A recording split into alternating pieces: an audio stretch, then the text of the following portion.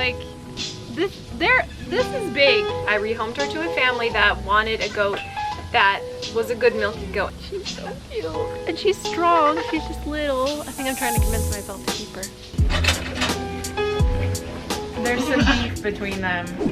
We were young and we were free and running, never bothered about what could be coming. Every day we danced and life was smiling. We were young and drunk in love.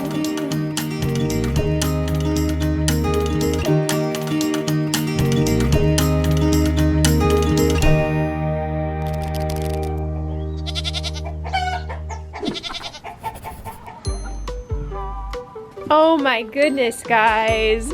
They're just so cute. Hello. Hi, babies. Small, medium, or large in those three. Yeah. And they're all just so friendly. All right, I know they're all gold, you guys, but like I love them so much. They are so cute, and I can tell a difference between all of them, but that's maybe because I work with them every day. Like this little girl is just chewing. This one is Rose. I know that that's Rose because she has a little bit darker shading on her legs. The littlest teeny one is Sophia. This one is Blanche because she doesn't have any white on her. And then this one is Dorothy. And we did just disbud. We have to disbud pretty early at about a week old. Except I didn't do little Sophia here. So I was gonna disbud, but she just doesn't have anything yet. She doesn't have any buds. Doesn't mean that she's pulled. She will develop horns, but not yet. So we'll probably disbud her when she's maybe closer to 2 weeks old, because they're about 10 days old right now and I don't feel anything yet. And now comes the hard part because I'm trying to decide which one to keep, you guys. But I love Sophia. She's so sweet. I want to see her grow well though, and usually runts will grow well if you keep them on the bottle longer, which is what we'll do. Oh, you're so cute. Okay, well I didn't bring a bottle this time because I thought Mama's feeding you enough. And you look like your belly's full, so maybe you're getting enough. One trait that Violet has, which is so funny because when I first got her from Tyler in New York, he was like, she is an eater, she'll eat anything. And it's so funny because all of her kids are like that, which is actually a very good thing. Because a goat that eats really well, that isn't a picky eater and is just like a voracious eater, is gonna be a good milker. And so Violet is like that. She was like that as a kid. There's River with her 2 boys. All of these kids are just such eaters, man. Yeah. But they're so bitey. Well, they're little right now, so I don't care as much, but Lydia's trying to pinch their little noses because they're really bitey. They're so hungry right now. I know, maybe I should have brought a bottle out. I know Violet's producing enough, but there's 4. It's crazy that they were born on the same day, guys, because these boys are huge. They're just massive, chunky boys. Toad is gonna actually go to a herd that purchased Kitty from us last year. You guys remember Kitty that you all wanted me to keep, and I love her. So Kitty was actually bred, but then a dog chased her and she was really scared and she miscarried. And so Kitty, we don't get to see her udder yet, but that same herd is going to get Toad, which is a great buck for them. He's a chonker, he's covered in moon spots, and he's super sweet. But we've got little eyebrows here that is available. You're super cute and you're sweet. All right, so now I have to make the decision, and I need to decide fast because people want to know which goats they're gonna get. Why are the little ones the cutest ones? Why do we love them so much more? We shouldn't. Like, our instinct, I know, is to raise up and keep the littlest, but our instinct should be to keep the biggest and strongest. But she's so cute and she's strong. She's just little. I think I'm trying to convince myself to keep her. You're so strong and you're so feisty. That's what I love about her. She's just tough. She's a tough girl. And one thing about runts is they really don't level out yet, so that's what I've been waiting for. Oops, sorry. Is to see if she's gonna like level out and not be like tucked under. Such a tough decision. So tough. You sick of these babies, Luna? Well guys, check out my fancy new boots. Kevin's got a good pair too, and we're so excited because these are super durable and barnyard resistant. Not just fancy, these are heavy duty. We destroy boots like nothing else around here. Like, we have so many pairs that are half worn out, holes in the sides. Those shoes ain't going nowhere, Kevin. A lot better than your flip-flops, eh? They're not going nowhere. When I have to actually do farm work, I can't wear my slides. Yeah, because you've like totally cut yourself a million times, so. These, protected toe, oh my gosh. I can do anything. So these are called Brunt shoes, and we've been wanting to try these for a while because they are the most comfortable and everybody brags about them. Like, if you ask a goat owner, they will recommend Brunt shoes. So we decided to give them a try, and we're excited to share them with you guys. The biggest thing that I'm excited about is the durability. So we have ruined so many pairs of boots, and look, they're super cute. And now I'm excited because these ain't gonna get ruined. They're actually waterproof, and they call them barnyard resistant leather. So they can stand up to, I'm sure, all that we can give them on our little farm. They're also super affordable. Luna really wants to get in your pile of stuff back there. And they have free shipping. They boast that they are very comfortable, and they are. They're comfortable right away. There's no break-in period, and they actually have a free trial. So you can try them out, and if you don't like them, you can send them back and get a full refund. This is what Kevin does when he's supposed to be working on stuff, and instead he decides to just mess with the goats. I think she wants to be scratched. Yeah, that's why she's trying to mess with your pile here. So they have a bunch of different styles. You don't have to get the cute little cowboy boots like me. You can get heavy duty ones or just regular color ones. But I have a fun discount just for you guys. You can use Weedem10 to get $10 off any order over $60. So give them a try. Let me know what you think. They're already super comfortable, and I'm excited to mess them up a little bit. Now Luna is completely in the hay.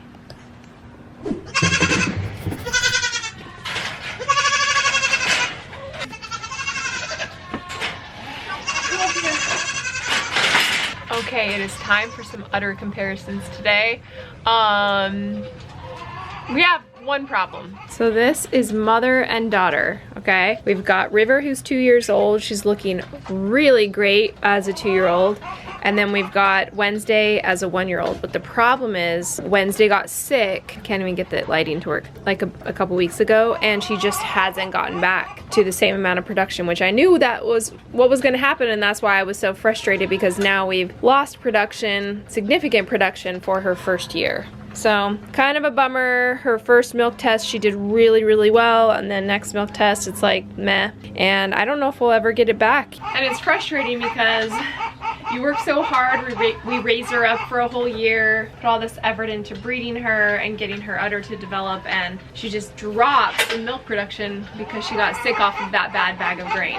She still is okay, but definitely not gonna show her this year. And that's okay, I guess. We'll just have her first year be like the year that we get her good at milking, get her trained to be milked, and then hope for next year. Raising goats can be so frustrating, and this is one of those frustrations because she's so great. I mean, I just love her. She's level. She just has like a perfect body type, a perfect shaped udder. This is what her udder look. I'll put it up here on the screen what it looked like before she got sick. And it's fine. It's just not.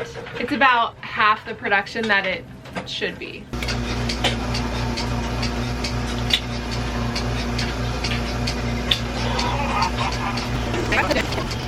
I still love Wednesday, and she has all the right parts of a perfect goat, so I'm gonna focus on the positivity of that. That's a really good thing. And next year, we won't give her a bad bag of grain. Here.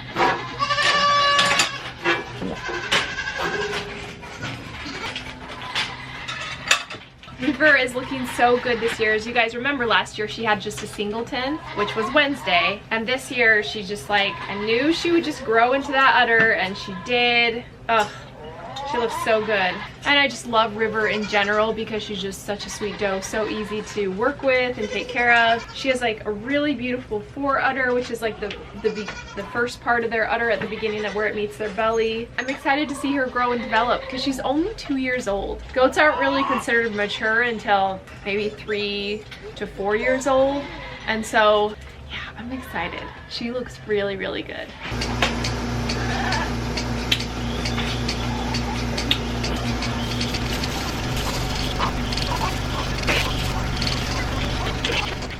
River is really good at holding back milk for her boys. Like, it is so hard to get her to let down the rest of her milk, which is fine, but we like to feed the first bottle, the first beating of the day in a bottle from us. So River, you don't need to be saving all this milk.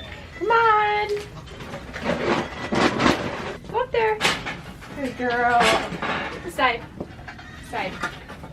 Right here. Come on. Come up here. Watch out. Here comes Cricket. We got two udders here. One is teat taped, one is not. Violet starts leaking the second I put her on the stand because she's like ready to give milk. Stand here so we can see your udder. All right, Violet's udder is huge and her teats are pretty far on the outside, but this line does something funny. They kind of start out like that and then move a little bit.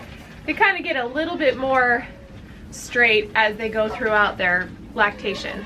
And it looks like her medial is like a little bit off. And I'm hoping that corrects itself throughout the year.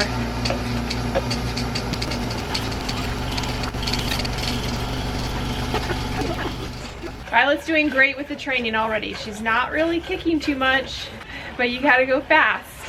So here at the end here, she's not, oh, that's why she's acting like this. She's not happy with Cricket next to her. Her and River have become best buddies and she's not been liking Cricket. It's okay. Cricket's not gonna do anything.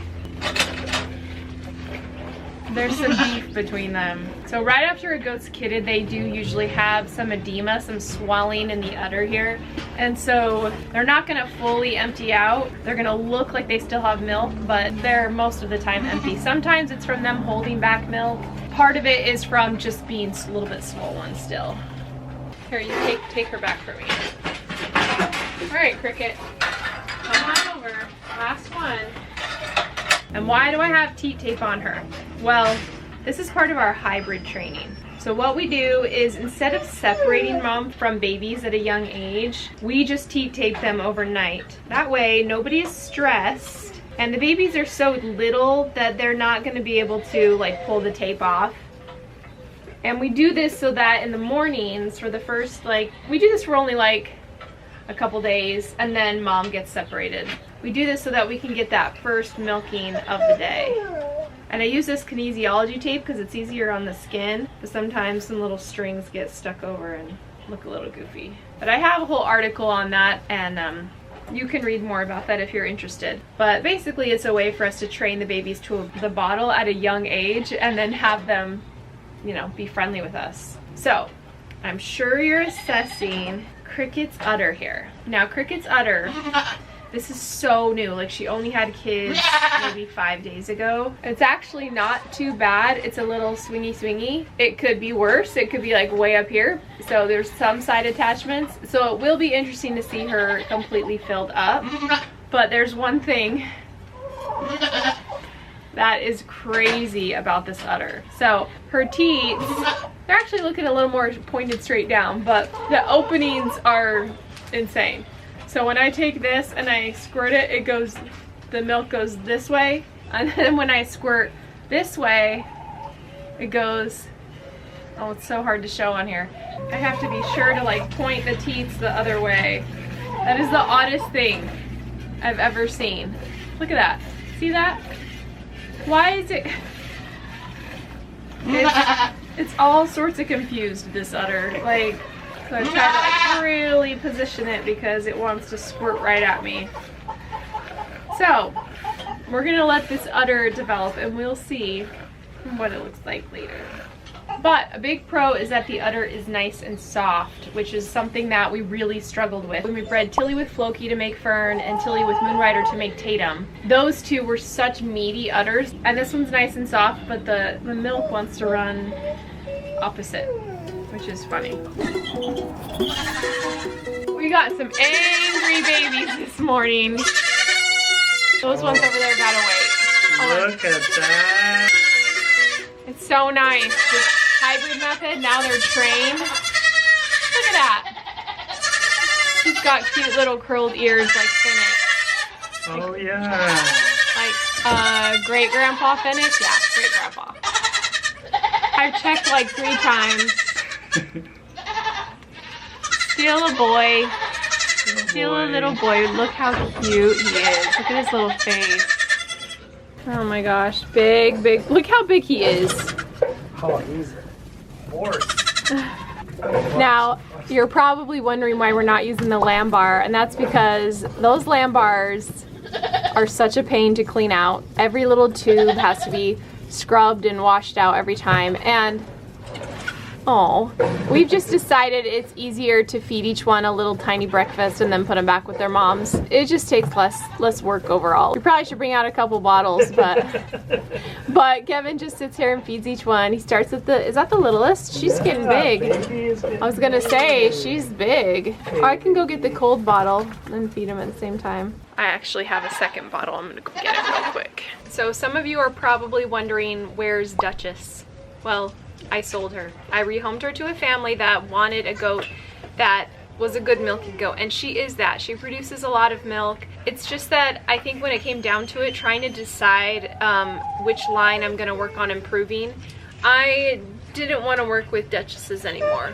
I just didn't like how narrow she was. So in my does, I'm looking for a little more width and a little bit better attached udders. And so I know I want to keep a lot of kids here, and when I'm raising up Dolans every year I've got to make cuts. So she was the one I decided to make the cut on, and she's gonna do great. She's gonna be a good milker for this family. I've trained her to the milking stand. I've spent hours making sure she doesn't kick, so she should do really great for them. So that's where Duchess is. Oh, you're so heavy. Okay, we're gonna do eyebrows first, which is Bowser, but we just call them eyebrows. Oh my gosh, he's a big. Toad is huge. He's a monster baby. Look, he's got a cute little heart on the back of his head. So the DNA results still haven't come back. We're still waiting on that. I'll definitely let you know as soon as I find out. But for now, we do not know who is the daddy to these two river babies.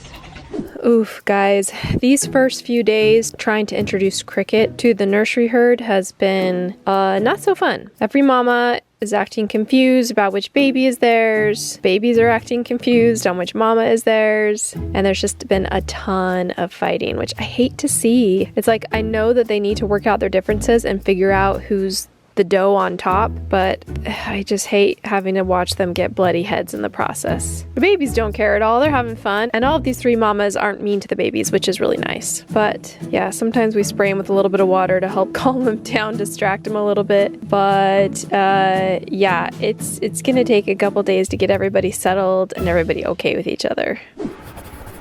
Guys, I have the best husband, because look what Kevin is building for me. A huge fence to fence in the pond. See, the problem we've been having that I haven't really shown yet is that the dogs have destroyed the fences blocking off the garden. They did that last summer. They came in, they destroyed everything, ran through everything, tore up everything, and made it so that we can't even use our garden.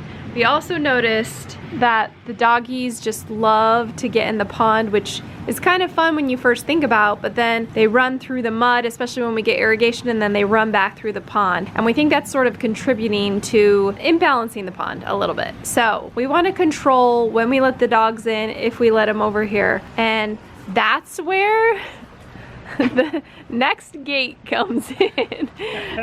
You were just complaining about gates, and There's only one gate. And so now we have another gate. Oh, there's little Juno. This is her little outdoor potty area, and she comes and hangs out. The catio. Yeah, it's her mini catio. Inside she has that whole room and a whole cat tree to climb on, and she mostly sleeps in there. But anyway, so he built this whole thing. I think what we're gonna do is paint it black so that you can see through it, and it'll look a little bit nicer. And yeah, keep these doggies out. All right, well, Kevin's working on that. I'm gonna go and check on Daphne. She's our next one coming up. She's an exciting one, because as you guys know, she's our AI doe. Oh my gosh, so excited. So I know Daphne's looking big, but remember she has a large rumen. So I still think that there's just one in there. That's what we've got today. She's not filling up at all. Due in about 5 days, so I don't know, guys. She may go further this time.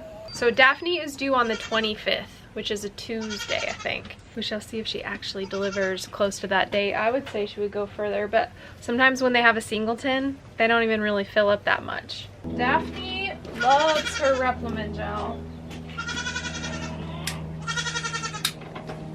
There you go, slurp it up. But she doesn't typically like her calcium, which it's an important one for her because she... You gonna eat that or no? No?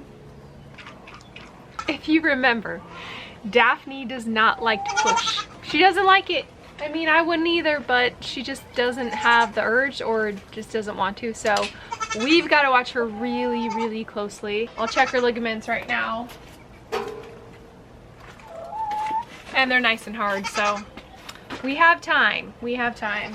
I'm not going to say what I'm hoping for because every time I say that, we end up having the opposite. So yeah. I'm happy with anything. Happy with anything. Okay, so for names for these two, since they're just gonna be wethers, they're gonna go as pets. There's not really any kind of registered buck name we're gonna do with them. These boys are gonna be Fred and George, but like which one should be Fred and which one should be George? Which one has a holy ear? So this one has a lot more white on him. He's just like completely covered in white spots. Yeah. This one doesn't have as many, just like one little triangle on one side. He could be holy because he got like a hole in his But which one has the hole? Fred or George? Oh, who has the holy ear? Well, okay, so Fred and George that's what they're gonna be named, but we don't know which to be which. So you guys tell us. They're super cute though. And they're humongous. They're bigger. Oh, let's show that. Come here. Okay, so this is River and Pokey's 2-week-old kid, okay? This is like a 5-day-old kid. So that's why I'm saying, like, he's big, but this is huge for being that little. Yeah. Gotta hold them at the same distance from the camera so that you can see how big they are. Like, this is big. This is big.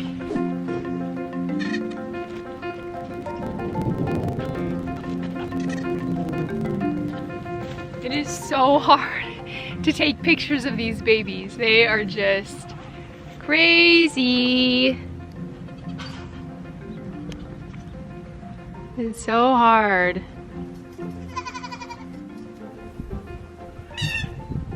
Well, thanks for joining us in today's video. I'm sorry I didn't include the kids more in the spring break time that they were with us. They have so many friends and so many things going on, it's sort of hard to include them in videos. So I try as much as I can, but they also have their own lives, so I have to, you know, we have to respect that. But in the meantime, I'm gonna be trying to decide which babies to keep. I've gone back and forth on it a little bit, so I need to really think about it. It's gonna take me a little while. I'm not very good at knowing right away who I want. But that's it for this video, and we'll see you guys later.